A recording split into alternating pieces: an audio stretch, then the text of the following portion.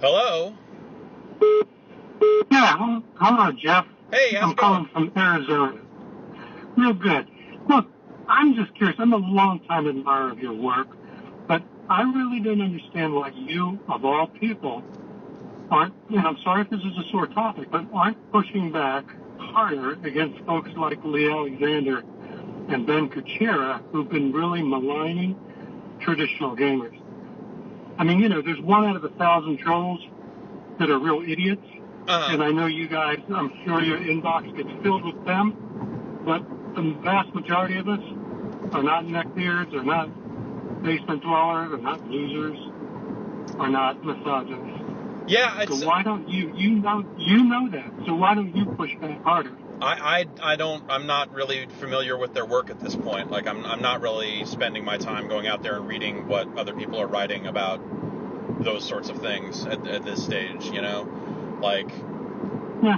it's just not, like, that sort of coverage is not super interesting to me at the moment. So, like, they're welcome to say it. I think that, they're obviously welcome to their opinion, but I'm not familiar with kind of what their positions are to even really talk unfortunately, about it. Their opinion is being picked up by a lot of people who have very big megaphones, and that's what worries me. It's tarring the whole industry.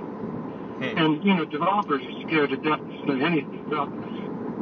And I don't blame them, because you guys, if there's 200 million online gamers and only 1 out of 100,000 is an idiot, that's still, 400,000 idiots you have to deal with. So, I can understand your hesitance, but this really hurts on our end. Well, I'll keep that in mind, I guess, but it's, it's one of those things. I think there's going to be a lot of differing opinions on those sorts of topics, and, like, I've certainly, like, now, in the 20 years or so that I've been doing this, like, I've had death threats, I've had a lot of really negative interactions with people over the internet, and like, certainly that stuff exists. Yeah, right, well, I wish somebody who knows the industry as well as you would set straight the people who are trying to paint a very bad picture of a very inclusive group of enthusiasts. Well, I think that the industries are very different. Like, when you talk about knowing the industry and you talk about knowing the people that are using the products of that industry, you're kind of talking about two different things. As well. So it's sort of I only know the people. I only know the people who are being called misogynists and haters. Sure. And who are being painted as some kind of evil trolls who ought to just go off and, while I guess the industry proper elevates to a higher level, because I don't know, because what? Because everybody else has capitulated to this kind of idiocy. No, that's why we should do it too. It's really more that gaming has expanded in a lot of different ways, and there are a lot of smaller segments of it. If you look at television and movies, they've all gone through similar situations where I'm going through a tunnel. I don't know if I'll lose you here, but when Taylor Swift crossed over, she didn't start calling all her country fans a bunch of rednecks, right? I guess not, but at the same time, I think the people you're talking about, have they ever, like, did they cross over, or have they always been true to this exact thing? Like, you're prescribing these opinions that these people have as speaking for everyone and everything, and that's not the case. No one does anymore. Just like no one can speak for all of film, no one can speak for all of movies. Games have widened and gotten big enough to where there's kind of something for everyone, and it's gaming is bigger. Did you go to IG? Did you go to GDC, or were you at PAX? No, I went to PAX. IGDA, they came down with both feet on the side of misogyny. We all just go away. They showed this. They showed that, hey Ash, what's your plan video to the audience. And that was wrong. That's IGDA. They do speak for the industry.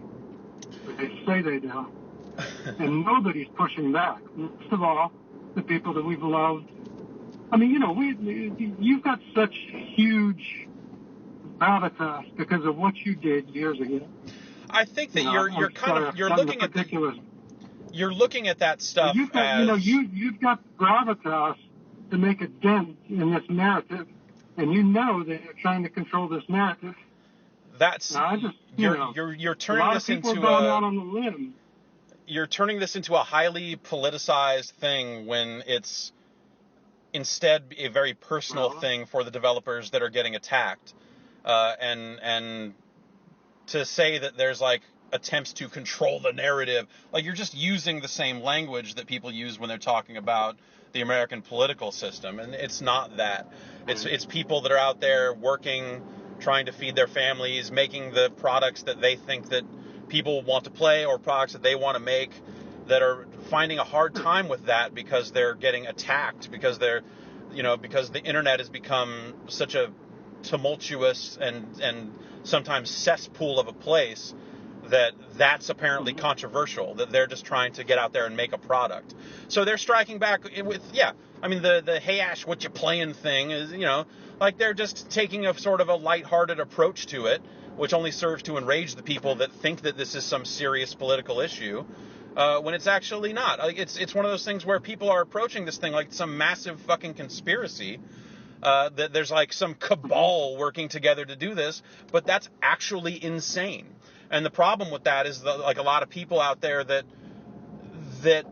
have gone down that road, when you tell them that, hey, that's not the case, their response is, well, of course you would say that. You're a part of it. And it's like, okay, well, fine. Then you don't want to actually have an argument. You don't actually want to like learn anything or go anywhere. These people have made up their minds in a lot of those cases and have gone all the way down that road, all the way down that conspiratory road. And at some point, there's just no reasoning with them, because they're not looking for reason. They're looking to constantly poke at and prod at people. You're right. I mean, it's easy to get over emotional about it. I get a little emotional about talking to you right now. But when I read, when I read the gaming press that I've supported for years and years, do nothing to defend what my likes are, what my preferences are. Mm-hmm. I do tend to get emotional about it, but I just, there's this old saying that for bad people to win, it just means good people have to do nothing. And I feel like there's too many good people who are not doing what they should do, which is to say, to the Law and Order SVU writers of the world, guys, you got it wrong. These people are not like that at all. Yeah, but those people aren't trying to get it right. They're trying to make a television show that people watch. Like they're ripped from the headlines stuff happens all the time. And I bet if you go through any time that they've done that, they've never once get it right. Like they're just trying to make entertaining television, and they'll take liberties wherever they can. And you can fight that stuff, but at some point it's like it's not their job at Law and Order to try to paint things in an accurate or sympathetic light, right? So it's sort of a weird thing to get mad about, because I think anyone who like looks at television it doesn't, like, that stuff doesn't actually matter, and anyone that's like taking like life advice or like views of the world from like an episode of Law and Order, like they're not going to think deeply enough about anything to like be swayed one way or the other, right? I mean, they're at some point they're kind of not worth saving. They're a little too far gone if they're like, oh, well, I guess all gamers are terrible because Law and Order said so. Like, I don't think that's a scenario that's happening all that often. And I think like the game industry is still big. There's still a lot of big companies making big company style games. There's smaller people that are making games. There are people that are trying to make games that have something to say, and that's fine too. And generally speaking, it's never been better in a way. No, you're right. But my problem is that, and you saw a lot of this at GDC, and at the people who commented, the developers who attended, who commented, it's toxic right now. Everybody is scared to death to come on the wrong side of this.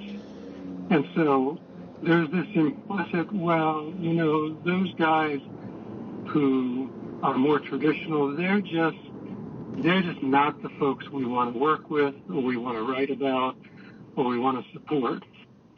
And to me, it's not, I don't think there's some cabal that's doing this. But I think it is a reality that there's a lot of good work that is, there's probably, these guys are censoring themselves now. They're afraid to talk about what they really feel about the industry. Well, I think I just don't see this as being a good thing. Yeah, I think it's not we're at a place where there are some people that get viciously attacked by like a lot of random anonymous hate when they do speak their mind. So yeah, some people get silenced by that sort of thing and get to a position where they can't feel free to speak their mind because people are getting death threats. Like people are, that stuff's terrible. Like at some point you have to think it's not about like standing up for yourself and all this other stuff. Sometimes you have a fucking family that you need to make sure stays fed, and that stuff's more important. Sometimes the people close to you are more important than like standing up and taking a stand for the video game industry, which will actually be fine on its own. It's the internet that has a problem. Like the anonymity of the internet and all that sort of stuff is crazy. Look, Jeff, are you sure it's going to be fine on its own? I mean, you remember Saturday morning cartoons when you were a kid? They're different than they are now, right? Well, they don't exist because that's because the SJWs they won that battle. No, it's now they destroyed the cartoon industry by putting all these restrictions on violence. I mean, you watch cartoons from the 30s to the 50s. They're completely different. The social justice warriors got their way and destroyed cartoons. How do you know that's not going to happen with games? The thing that destroyed Saturday morning cartoons is that kids stopped watching them because video games and the internet became more popular.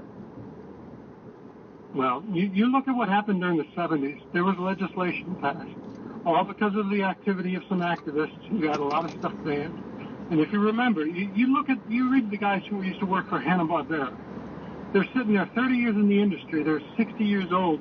They're sitting there listening to 20-year-old progressives telling them how to make cartoons. And you tell me that's not going to happen to gaming. You give me some reassurance that that's not going to happen to gaming. I think that gaming has a rating system in place where games can speak to all people, and at some point, anyone can release a video game. That's what the cartoon industry did. They had their own internal rating system to work for about 5 years, and then the government and the FCC brought down the hammer. But you tell me that's not going to... You give me some reassurance that that's not the way we're on right now. Now, the thing you're saying about those trolls, you're right about the trolls, but that's 1 out of 10,000. What I would like is the 99 out of 100 at GDC and IGDA who malign traditional gamers. That's what I don't like. And the 99 out of 100 who say, oh, you're one of those people? Well, we're not going to review you. We're not going to cover you. We're not going to fund you. You tell me you're describing people trying to make a living. What about the people that are simply want to make traditional games, maybe appeal to a male demographic, who likes to see cleavage? Like this is some big offense nowadays. Tell me about this, because it's the 99 out of 100 who are against that, and it's the 1 out of 10,000 who send the death threats. That's what worries me. Well, yeah, it's certainly, I'm sure it's not a majority of people that are sending death threats, but it's enough of them to where it's causing a real fucking problem. And that's a problem with the entirety of the internet that's larger than video games, that's larger than any one form of media. It's one of those things where it's like, I don't look at Twitter as much as I used to, because fucking why would I want to do that? Because it's full of a lot of garbage. And it's like more and more people are getting chased off of social networks by people like that being completely shitty. Yeah, well, they're also being chased away from... Oh, no, what's the right way to put it? No, they're not being chased away. They're being self-censored. People are deciding for their own careers, for their own benefits, a little less cleavage, a little less ribald humor, a little less whatever, maybe a little less violence. And we're just basically, you've read the articles of people who are saying, what I'm doing now is I sit down and I write a joke, and then I sit down and think, what's going to happen when this gets out? And they start self-censoring themselves. Now, how in the world did we get to the point at this day and age that we're going to censor ourselves? Because there's a bunch of people who have such thin skins, they can't take anything other than the jokes they like and the positions they like politically. goodness gracious, could we, half the games that we loved as kids, could they be made today without causing some kind of an uproar? I mean, you think the breast bounce, in Dead or Alive, you probably set the age to 99. And you saw that. And you can you still. Think that would happen today? Dead or Alive 5 came out Dead or Alive 5 Last Round came out not that long ago, and it has all those same breast bounce options. They're even crazier now. Oh, okay. Well, I'm sorry, I'm not up to date. I mean, yeah, that stuff still stuff still exists. That frightens me. I'm old enough to have seen what social justice warriors did to Saturday morning cartoons, and I have no reassurances that very same thing is not going to happen to video games. Well, if you look at Saturday morning cartoons, they're reliant on a distribution model of major television networks and that sort of stuff, and that's not video games. And we're at a point now where anyone can publish a video game on Steam and do a lot of different stuff. And so, if the market wants that sort of content, the market someone will meet that demand. Are you saying the market didn't want Bugs Bunny and Daffy Duck? I think that the market is the reason that Bugs Bunny and Daffy Duck cartoons are not made anymore. I think we get this problem that's got no violence, no gunshots, no anything. Well, I mean, at some point you're talking about, toys used to be made out of metal, and I used to be able to go out and buy guns, and now you don't do that. You can take that to mean that everyone's gone soft, or you can take it to mean maybe people are a little more enlightened and they've spent a little bit more time thinking about this, and maybe they don't want kids to grow up with realistic firearms anymore. I kind of miss that a little bit because I think fake guns are fucking rad, but, I'm certainly willing to listen to reason on that front and go yeah, I guess I could see why maybe this is not how we want to be raising our children. I think Saturday morning cartoons is a pretty different situation because that stuff lasted well into the 80s, well into the 90s, in a different form, and that's what I grew up with, was a lot of the stuff in the 80s, Pac-Man cartoon, all that sort of stuff. But still had access to a lot of that Bugs Bunny material, and not the stuff that was was it Bugs Bunny dressed up like Hitler or whatever it was. They'd obviously scrubbed that stuff away by that point. But it's at some point, distribution has changed. The thing you're going to run into now isn't oh, well, the people at the heads of these networks made this decision and now this stuff is completely gone. It's going to be, oh, well, if the people running these distribution channels have decided that this content is not something they want to support and fund anymore, then someone will start another one. That you can't put that genie back in the bottle when it comes to the internet. That stuff gets out. That stuff will get made. And I'm not worried that traditional gaming is going to suddenly dry up and go away for the reasons that you're stating. If it's going to dry up and go away, it's because it's not a profitable business anymore. And when you look at the big AAA games that get developed these days, they're safe. They're safe the same way movies became safe, blockbuster movies and summer movies and that sort of stuff, where it's the safe sequel-driven bullshit that just gets made over and over again. And I still like a lot of it, but there's no big left field surprises anymore. The mid-tier game dried up because the business doesn't make sense anymore. Not because someone's there are too many games with people shooting other people. So instead, all the people that used to make those games at companies like THQ and Midway and all that other stuff went to independent developers and started doing their own thing. And because they're smaller teams with less money riding on it, they can take those sorts of risks on a different level than even those mid-tier games could. And that's why you see a lot of diverse concepts and a lot of different things coming out of that, because between that end of things and then also the tools being used to make games getting easier and easier and easier to use, you have people that never would have made games 10 years ago that are now totally able to make something. And that's not that's not a bad thing. That's a fantastic thing. And it results in people with different viewpoints, and that's fine, but not every game is for me, and not every game has to be. No, sure. But what is bad is when those guys try to set the tone for the entire industry and try to say what you guys have been doing. No, that's not elevated enough. We need to elevate the art. And by elevating the art, we mean you do it our way. You fit our sensibilities instead of the sensibilities of the audience you've been pleasing for 30 years. Believe me, that's what bothers me. No one at Activision is paying attention to what some small-ass indie game is doing. No one like Okay. Disney or Warner or these other companies are going like, oh, well, what does this guy have to say about, like, it's a different playing field. Like, when it comes to this sort of stuff and the topic, like, I had a developer from a big company ask me at one point, like, oh, what do you think about all this stuff that's been going on online with his death threats and all this other stuff? Because none of us even ever think about it. It never even comes up. So, like, it's one of those things that plays. You're right. You're right. You know the inside baseball much better than I do as far as the developers go.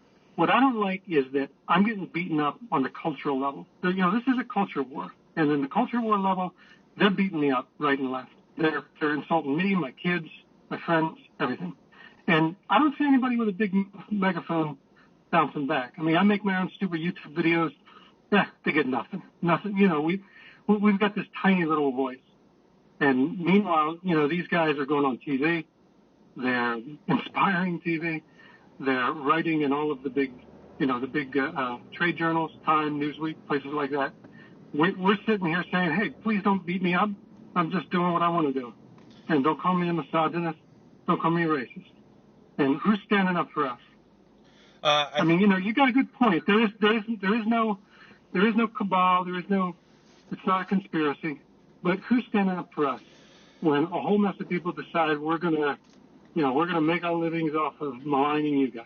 It's a segment of people who have not had anyone to stand up for them for a good long time that are getting slightly more attention than they've had before.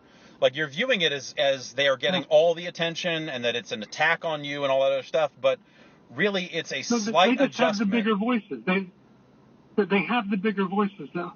I mean, you tell me of a publication. I follow all the publications that are pro and anti. And all the pro ones are huge with enormous distributions. All the I got it backwards. The folks that are maligning us have the bigger distribution by far, by a factor of 100. Now, when's that stop? When do people come around and say, you have a little measure of decorum in their audience, in treating their audience as though, we're not a bunch of troglodytes? I mean, I don't see that happening to any of the big sites. And frankly, I don't see it coming from you, and I'm disappointed. You impressed the hell out of everybody by leaving, what was it, 10, 15 years ago. Impressed the hell out of everybody. It was a golden moment that lives forever. When's that going to happen for somebody who's willing to say, hey, you idiots, would you shut up already? These are an audience. Maybe you don't like them, maybe not. But you know what? They're an audience, and they deserve the respect that any audience has. I think that you're finding that, like, the conflation of everyone on that side of things is starting to separate, and it's one of those things that when people got behind it's the confusion in, like, this whole fucking Gamergate thing is that some people tried to stand by it even as it got proved over and over again. It's like, no, like, people in the name of this thing are harassing and doing really fucking negative things.